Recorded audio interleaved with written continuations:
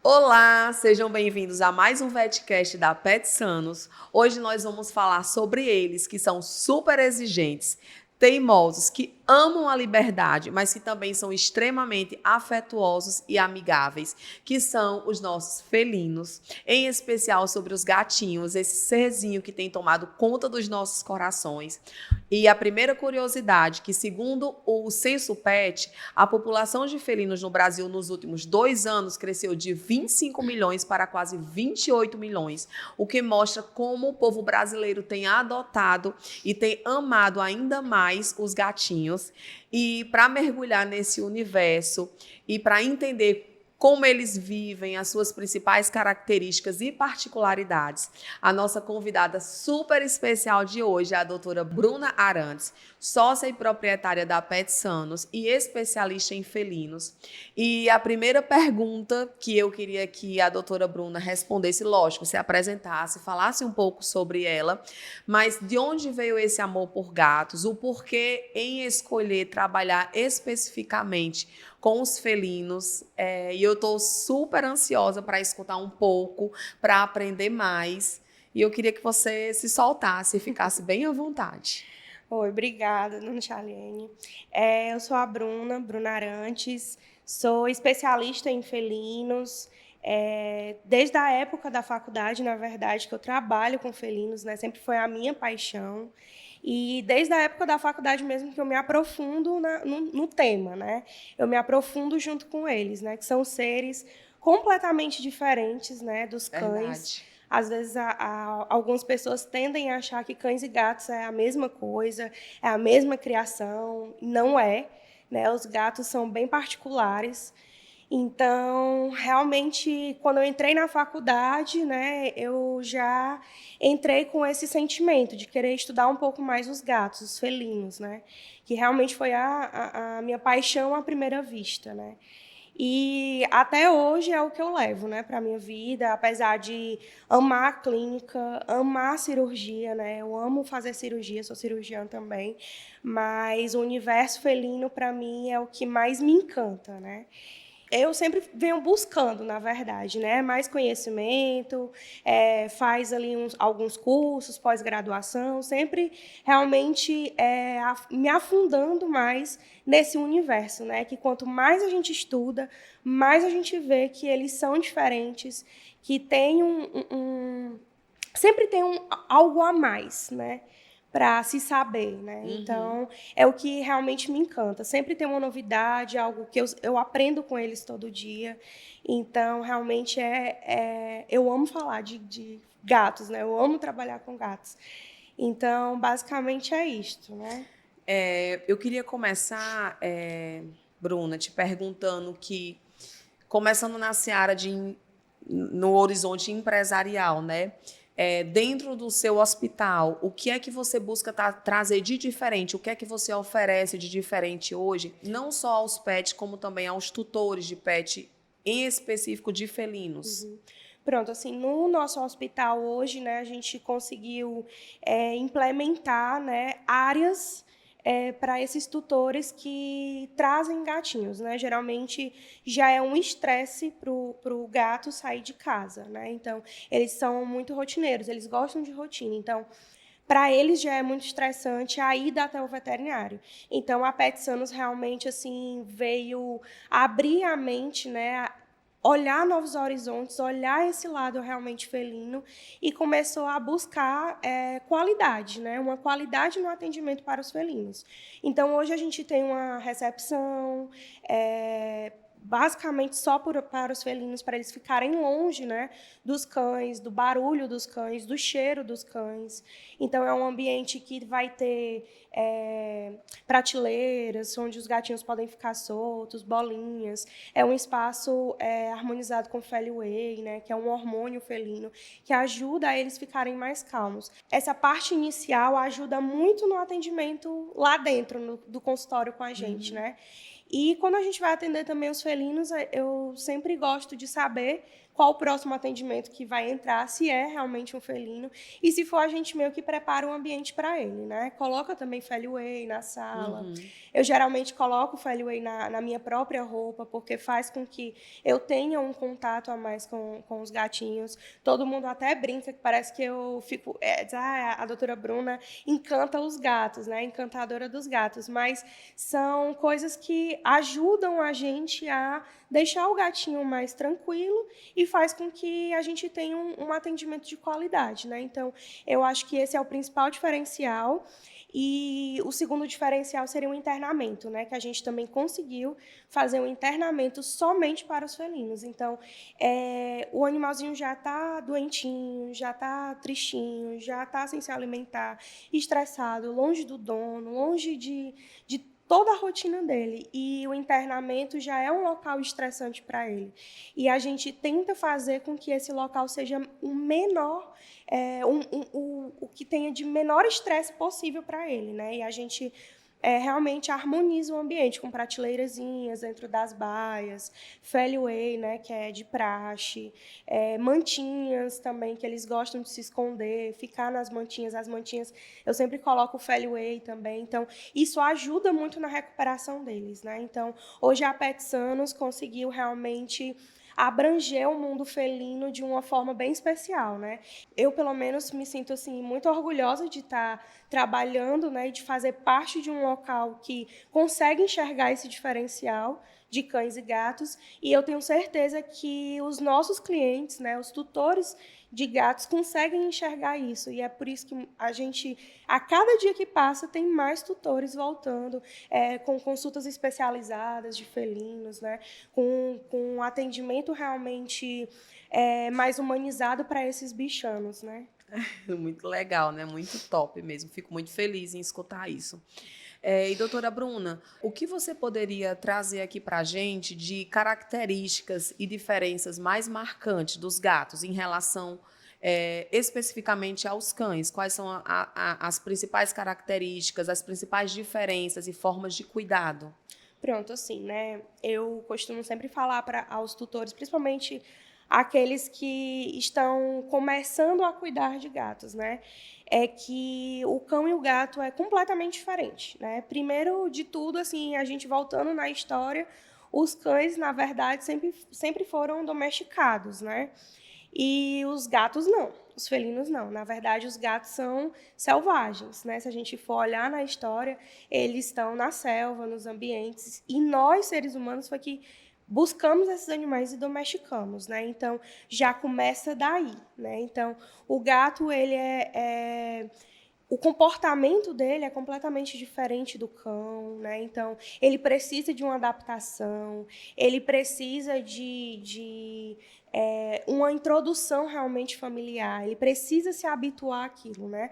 Então, assim, são várias características. A alimentação é diferente, horários de alimentação, o comportamento, né? Você saber respeitar o comportamento, que geralmente o cão ou o cão é mais bravinho, ou o outro cão é mais carinhoso. E o gato não, tem diversas personalidades, né? Tem um gato que gosta de carinho, tem um gato que não gosta, tem um gato que gosta de dormir mais, tem um gato que brinca mais. Verdade. Então, cada um tem uma personalidade, né? Então, eu sempre costumo falar que a gente precisa entender eles, né?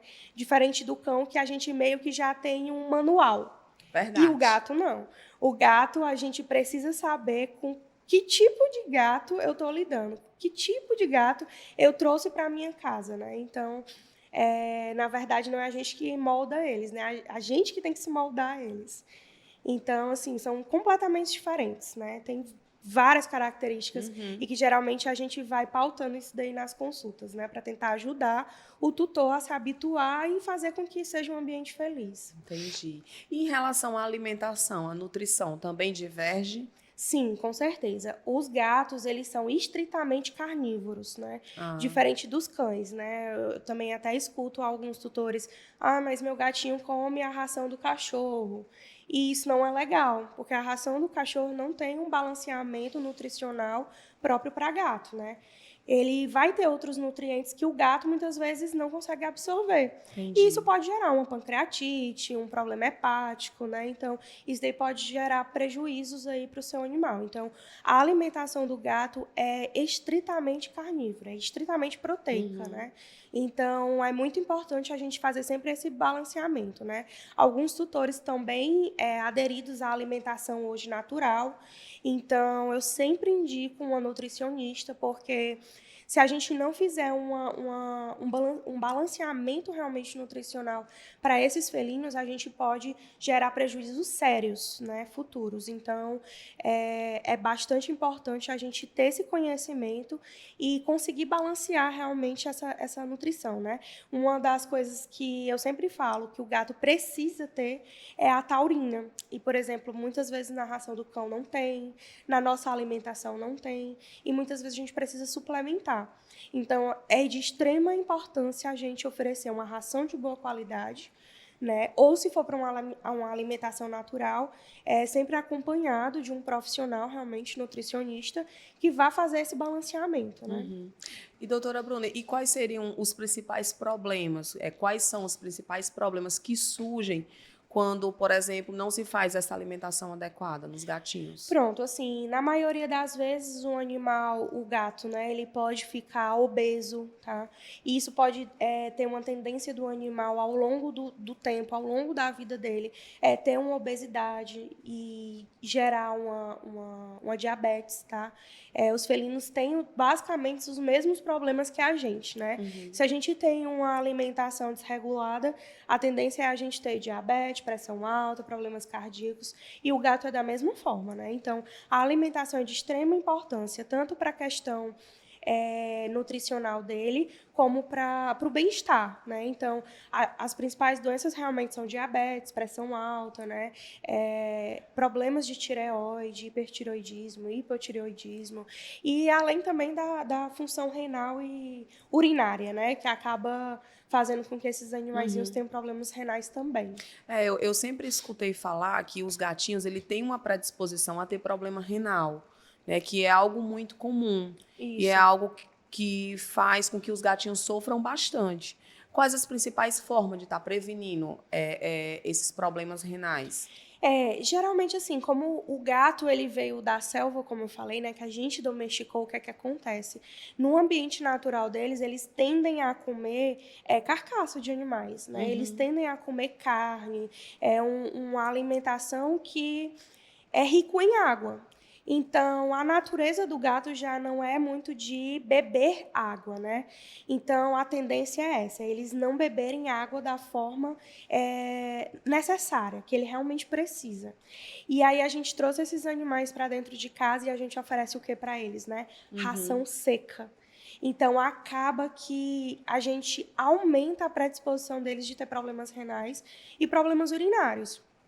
Esses gatos, eles precisam de uma quantidade hídrica, né? Então, eu sempre acrescento que todo gato precisa comer sachê, né? Então, assim, os tutores acham até que aqueles sachêzinhos é petisco, e não é. Aquilo ali é a alimentação úmida, e que é importante eles terem essa alimentação.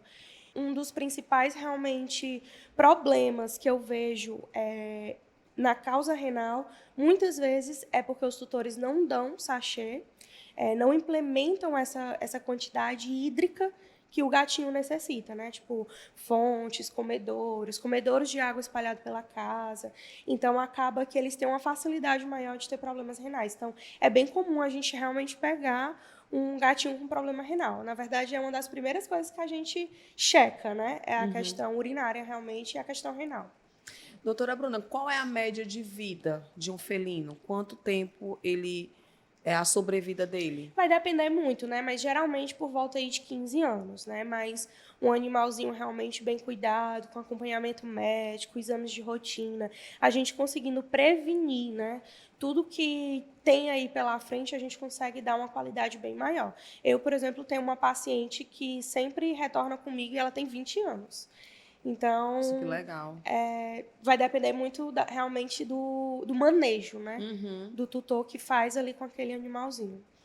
E já que você falou em manejo, o que é que eu, como tutora de felino, de gatinho, eu posso fazer para melhorar esse manejo, essa sobrevida dele, principalmente nesse período em que o gatinho já está idoso? Pronto, assim, geralmente quando o animalzinho tá ali por volta de 6 a 8 anos de idade, né, eu já peço realmente check-ups a cada 3 meses, né? Geralmente a cada 3 meses a gente tem esse retorno sempre, né, do tutor com nós veterinários, né? Então, eu sempre peço para retornar, fazer check-ups, contar como é que tá a rotina, porque às vezes o comportamento do animal em casa diz muito, né? Eu tenho uma tendência de falar que o gatinho ele esconde a doença. Uhum. Então, o tutor geralmente precisa estar observando, né? E se ele observa para a cada 3 meses estar ali me contando como é que ele tá, como é que se está dormindo mais, se está brincando mais, se está mais apático, se teve duas crises de diarreias. Então, isso faz com que o tutor observe mais o seu animal e faz com que a gente entenda mais ele e consiga chegar aí num diagnóstico, até numa prevenção realmente da saúde do animal, né? A gente consegue prever aí problemas futuros, né? Como renais, hepáticos, como pancreatite, que é bem comum, às vezes altera um pouquinho a alimentação da pancreatite, né? E a gente consegue aí fazer esse retorno. Eu peço realmente esse retorno a cada 3 meses para a gente fazer o acompanhamento do idoso, né? E aí a gente vai suplementando com Uhum. vitaminas, rações específicas para idoso, né? O ambiente a gente vai adaptando para esse animal. Então, isso faz com que ele tenha uma qualidade de vida e faz com que prolongue aí mais ainda, né? Eu percebo que hoje o gatinho ele está bem mais presente nas casas, né, nos lares. Ele já é membro, parte integrante da família. Sim. Mas a gente não pode deixar passar que ainda é uma problemática muito grande a questão de muitos gatos na rua, né?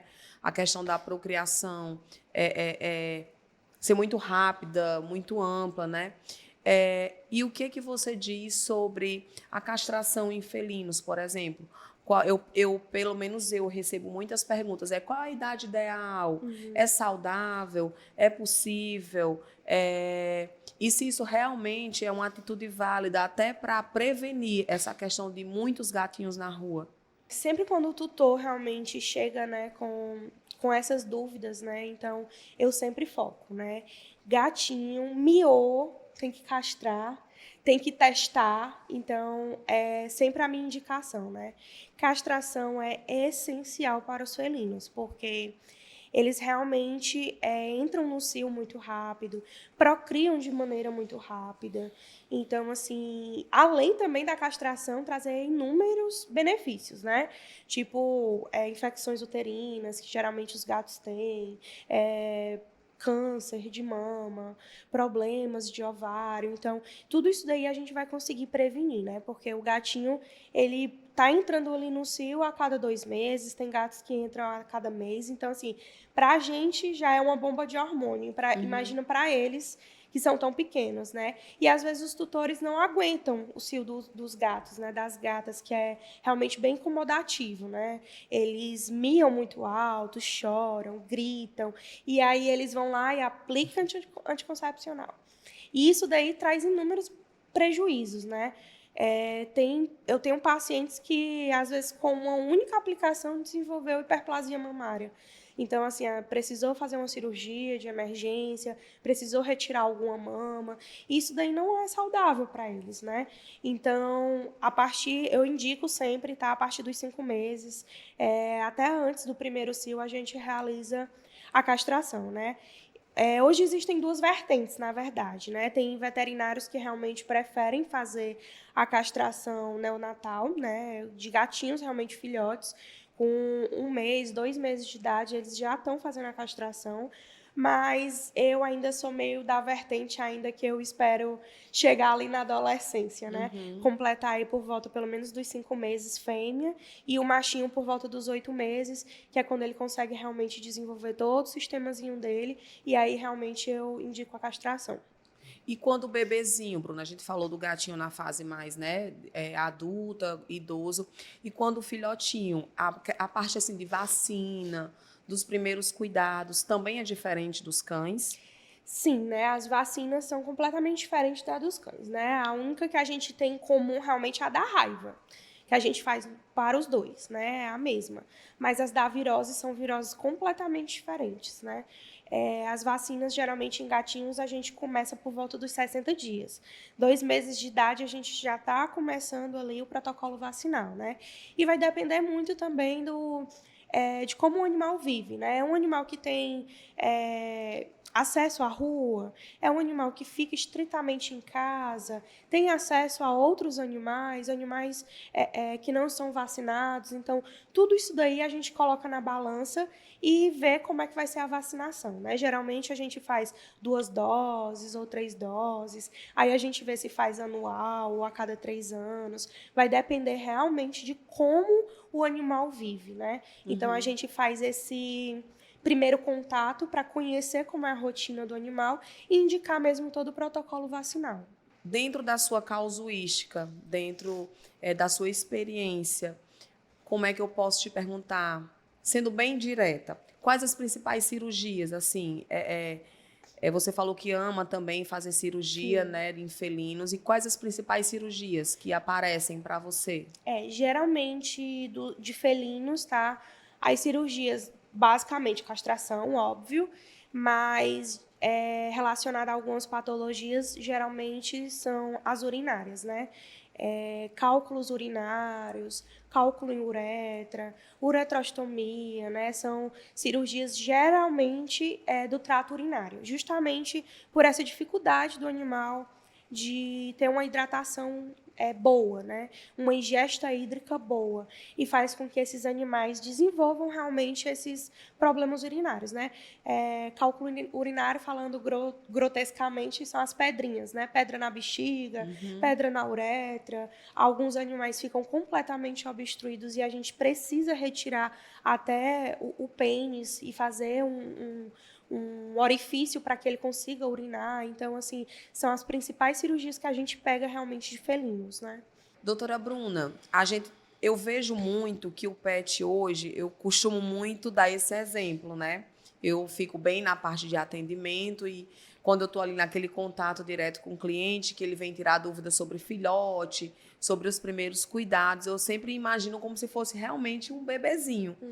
E eu vi que a gente passou aí, falou sobre todas as searas, né? Vacinação, prevenção, idade adulta, quanto filhote.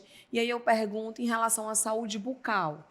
É preciso também ter esse cuidado? É importante? Sim, e é uma coisa assim bem difícil a gente colocar isso na mente dos tutores, né?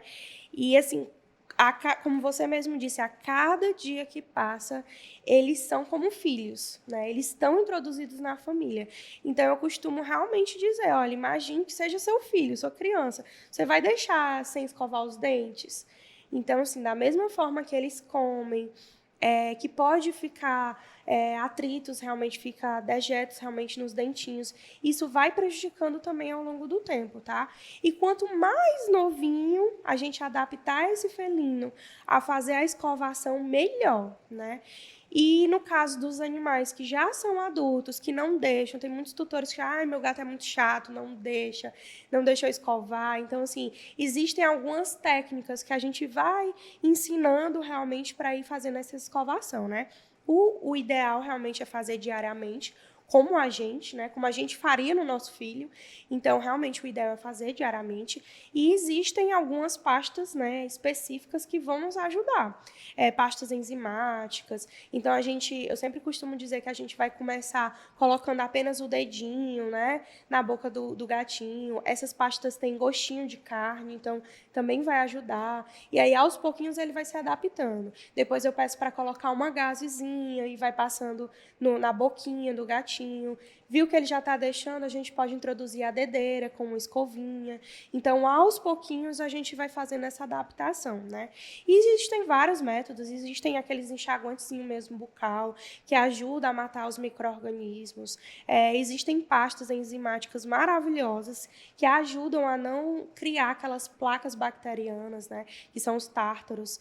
E isso daí, ao longo do tempo, pode ir amenizando, né, as placas realmente bacterianas, esses tártaros, porque às vezes chegam numa época, de uma certa idade, que tem tanta placa que a gente tem que partir para a tartarectomia, né? Que é um procedimento basicamente cirúrgico. A gente anestesia o gatinho para fazer realmente toda a limpeza, né, dessas placas e às vezes até extrações de dentes, porque já estão realmente danificados, com exposição de raiz, né? Então, a gente acaba partindo para uma questão um pouco mais agressiva por não ter um cuidado primário, né? E qual seria a principal consequência dessa ausência de cuidado? Além da extração do dentinho, de tudo isso que você falou, tem algum problema maior que possa ocorrer ou não? Sim, com certeza, né? Animais que têm essas placas bacterianas, geralmente a gente fica bem receoso nas questões de patologias cardíacas, né? Pode gerar realmente problemas cardíacos sérios. E essas placas bacterianas, às vezes, quando tem fissuras na gengiva, né? Essas bactérias podem ir para a corrente sanguínea e gerar um problema sério, às vezes até sepse, né?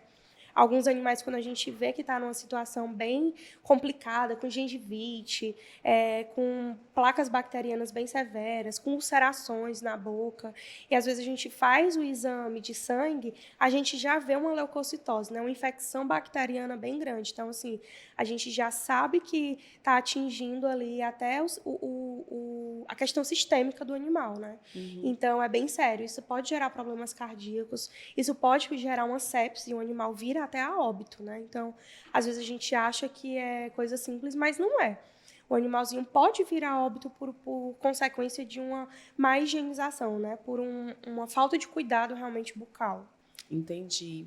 E mito ou verdade em relação aos gatinhos precisarem tomar banho, ir ao banho tosa, ou eles são realmente autolimpantes e não é necessária essa higienização? O que é que você diz pra gente? Assim, na verdade, eu sou dos dois lados, né?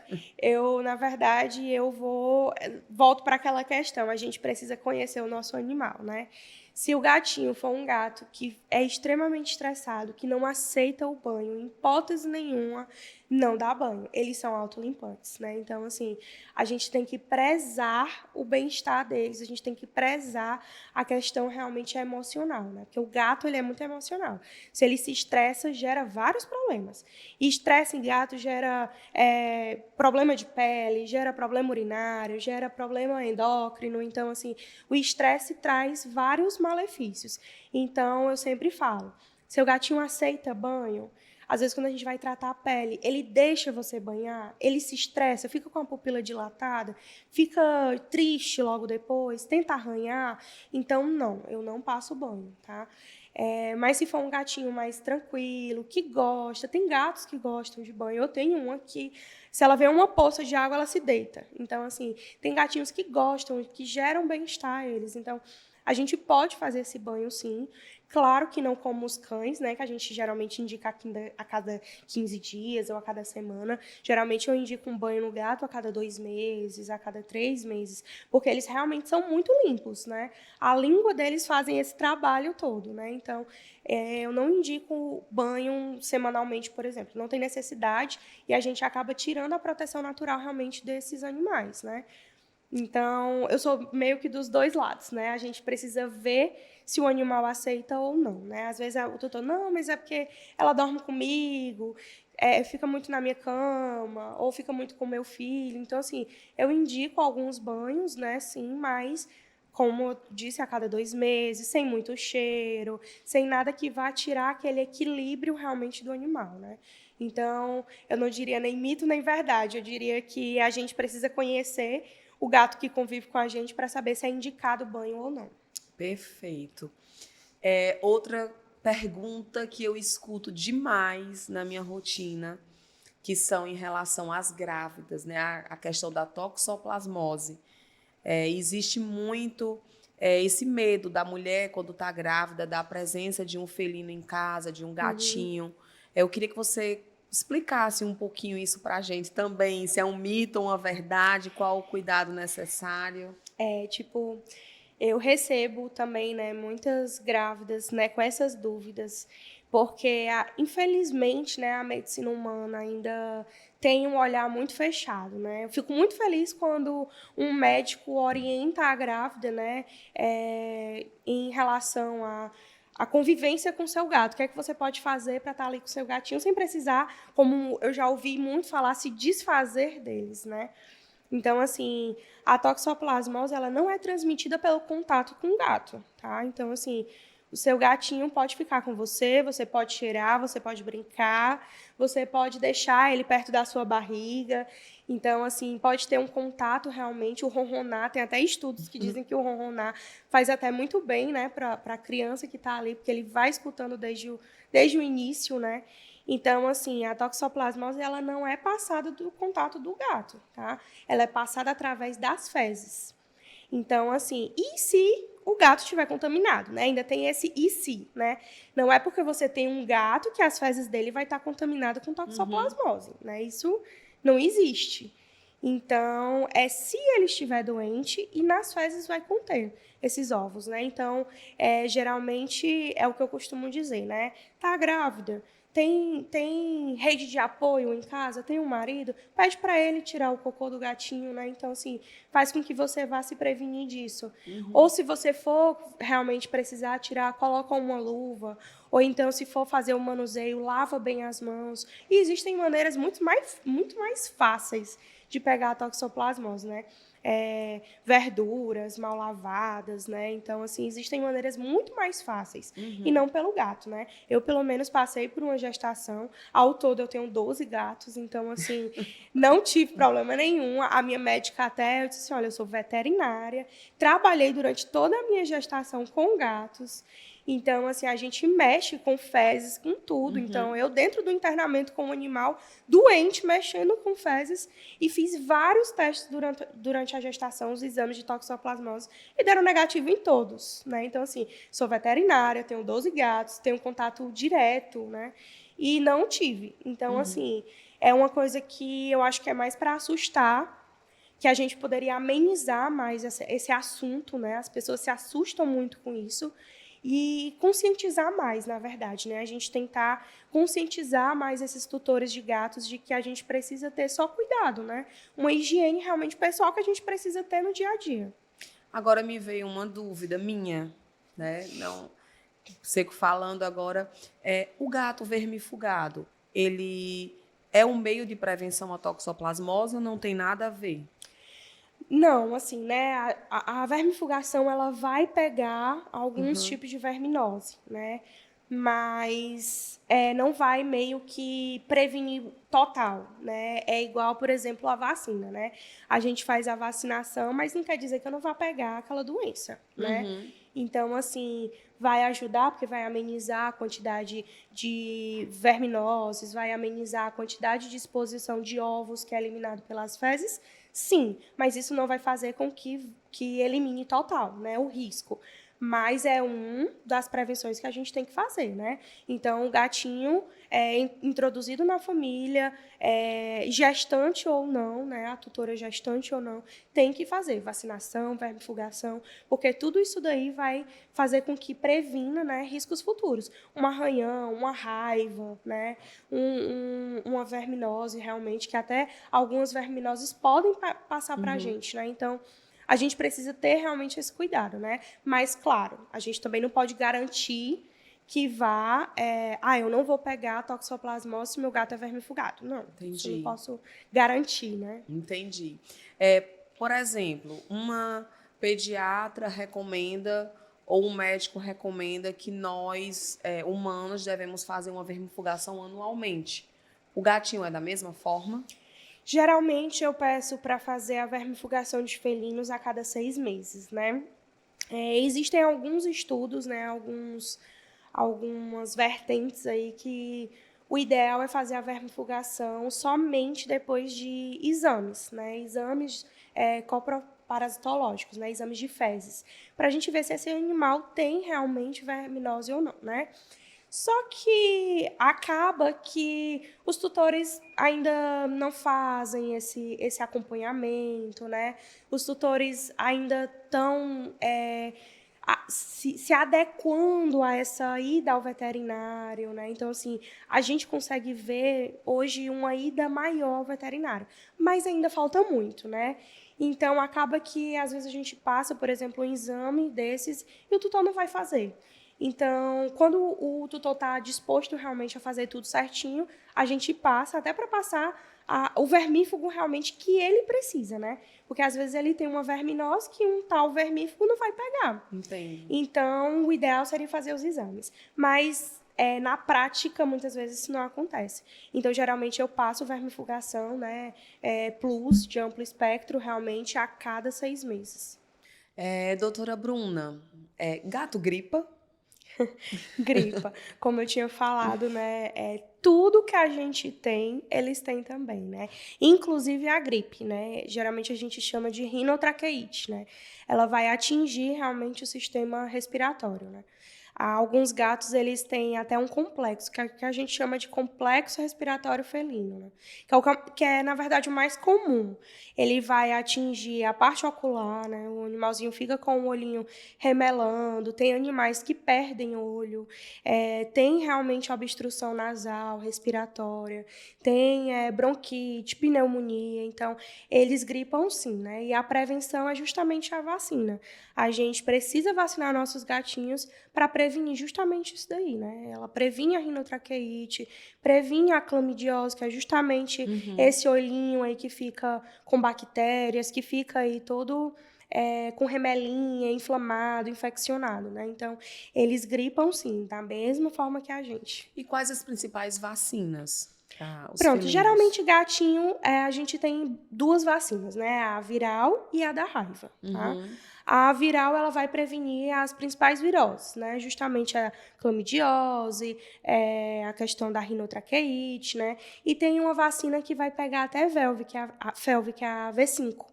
Tá? Então, a gente geralmente faz até um testezinho rápido antes, para ver se esse animalzinho já tem, né, a possível doença. E a gente consegue fazer essa vacina até para prevenir, que é uma das doenças bem comuns em gato, tá? Que é a FIV e a FeLV, e são doenças bem sofridas, né, na verdade. São doenças que não têm cura, né? São doenças que atingem realmente o sistema imunológico e atingem muitas vezes a questão da medula do animal.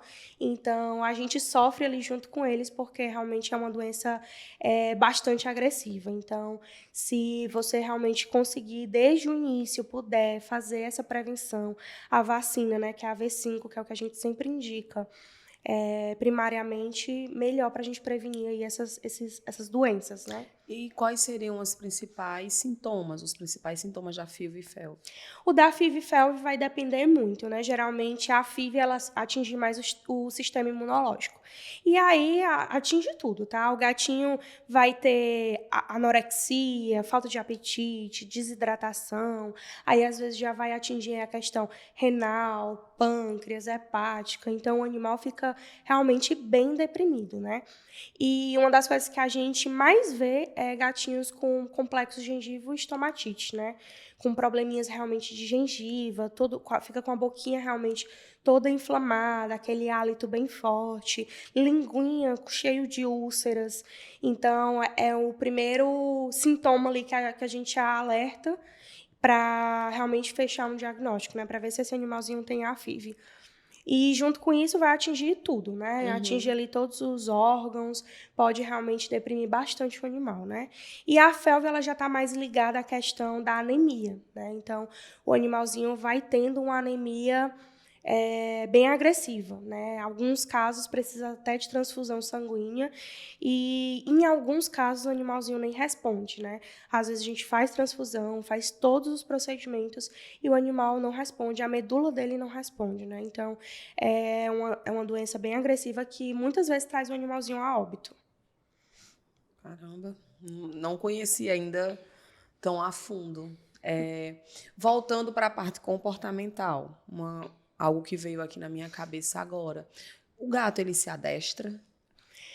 Na verdade, né, o gato, basicamente, ele é autoadestrável, né? Então, ele meio que já nasce com certos Uhum. instintos, né? Diferente do cão, que a gente muitas vezes tem que pagar até um adestrador, né? Para fazer xixi e cocô naquele cantinho, no tapete higiênico. Às vezes tem aquele pipi dog, xixi sim, xixi não. Diferente do gato, o gato ele já nasce com esse instinto, né? Às vezes você precisa só conhecer ele, saber realmente do que ele gosta, né? E conseguir realmente ambientalizar, né? Às vezes eu pego tutores falando para mim, doutora, o meu gato não faz cocô e xixi na areia, ele faz em outro canto, no chão. Ou então, meu gatinho não está comendo, né? Então, a gente, às vezes, quando vai olhar o ambiente, a gente vê que está tudo errado, né? Às vezes, o cocô e o xixi tá perto da comida e da água.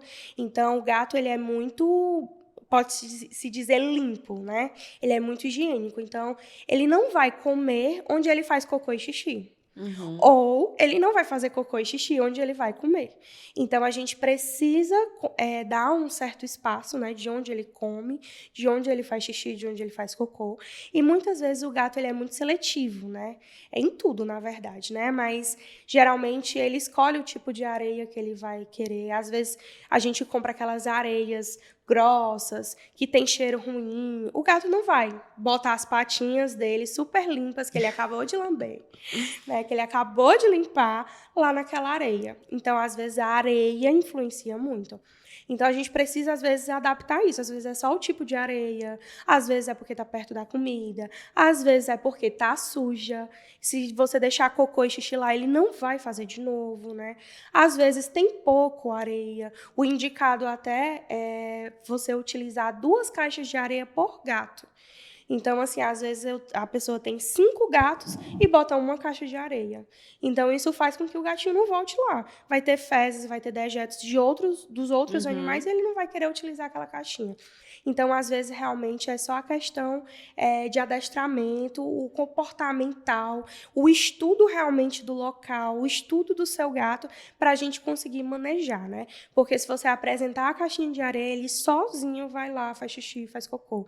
Se você apresentar ali onde está a comidinha e a água, ele já sabe que ali vai ter a água, a comidinha. Então, eles realmente conseguem se adestrar bem mais fácil, né? Às vezes falta só um pouquinho ali do conhecimento do ambiente ou do conhecimento realmente do que o gatinho gosta. Para finalizar, como que você poderia me dizer por que ter um gatinho, né? O porquê escolher ter um gatinho em casa?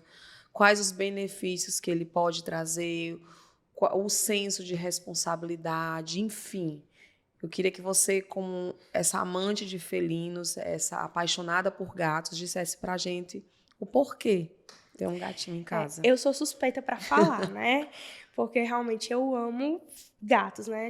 Eu amo cachorro, mas não como eu tenho essa paixão, esse olhar mesmo para os felinos, né? Então, assim, eu acho que eu sou um pouco suspeita para falar, mas eu acredito que o gato, se você conhecer ele realmente a fundo, você consegue enxergar o quanto ele é carinhoso, o quanto ele é companheiro, né? Então, assim, às vezes eu costumo ouvir pessoas que não têm o hábito de conviver com um gato dizer que o gato não é carinhoso, o gato é isolado, o gato é independente, o gato é isso, é aquilo.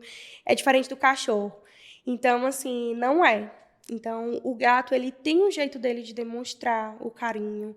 Ele tem um jeito dele de estar ali próximo de você. Então, assim, você conhecendo, você vai começar a entender e ver o amor que ele transmite para você, né? Então, assim, para mim, assim, é super aconchegante. Às vezes, quando eu chego em casa, eu tenho uma gatinha que ela vem me lamber inteira, né? Que eu chego com o cheiro de outros animais, então ela senta na poltrona e começa a me lamber. Então, assim, ela me lambe, aquele ronronar dela, de estar feliz de estar ali comigo, de estar ali deitadinha do meu lado. Então, isso me faz sentir bem, né? Então, assim, eu até costumo dizer que eu já passei até por um processo de ansiedade, né? Então, assim, os meus gatos conseguiram amenizar isso, né? Eu acho que é uma coisa até bem forte de se falar. Com Então, assim, eu certeza. tenho 2 gatas que são, assim, o meu xodó, né? E elas me ajudaram a passar por esse processo, né? Então, assim, a questão do ronronar, do carinho, de saber naquele momento que eu não estava bem, e elas estavam ali sempre comigo. Então, para mim, gato é tudo de bom. Oh, que lindo, né? Que aula, gente. A gente realmente consegue ver o amor que a doutora Bruna tem, a paixão que ela tem pelos gatinhos, e eu creio que foi isso que fez também com que a gente se apaixonasse por ela, e é uma honra tê-la, né, em nosso corpo clínico, em nosso quadro, a gente super confia, e eu me sinto muito orgulhosa de tê-la como parceira, como sócia, e fico muito feliz, né, em saber que a gente só está começando e que a gente ainda vai fazer muito mais por eles, né? Muito obrigada pela sua participação. Tenho certeza que esse conteúdo é precioso e vai acrescentar demais na vida daqueles que também amam o universo de felinos. Obrigada, gente, e até o próximo episódio.